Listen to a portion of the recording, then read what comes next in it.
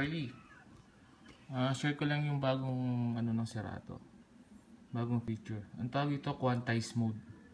Quantize mode ito. I-on mo to. Para for example, andito ka na, di ba? May unang chorus dito. Magja-jump ka na agad sa kabila sa last chorus.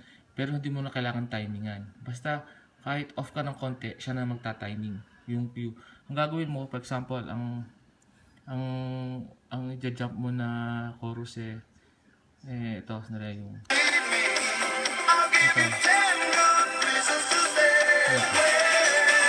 Yun. Too many broken hearts. Gusto mong pumunta agad dito sa last chorus para madali ka nang makapasok sa break kung walang break. Hahanapin mo ngayon dito. Pwede mo gawin ng live yan Example to.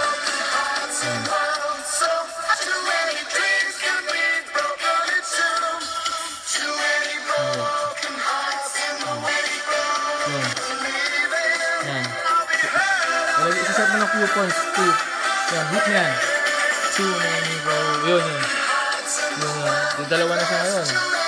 Ito yung unang-una syempre. Pagdating mo rito, titip mo na agad din dito. Pero timing yan kasi naka-quantize mode ka. Siya na yung magta-timing pag yung off yung medyo late yung pindot mo. Diba? Mag-jump yan dito sa... Mag-jump yan dito. Hindi halata.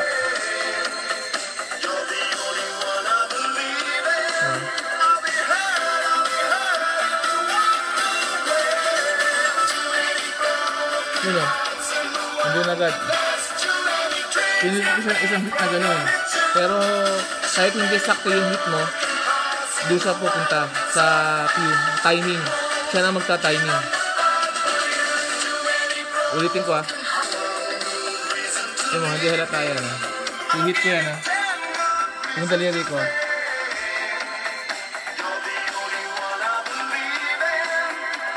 Diba?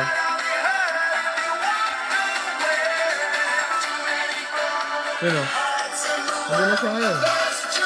So, kunti na lang, makapasok ka na ng break ng yung pinaka-outro. Quantize mode ang tawag lang, bagong version ng Serato DJ.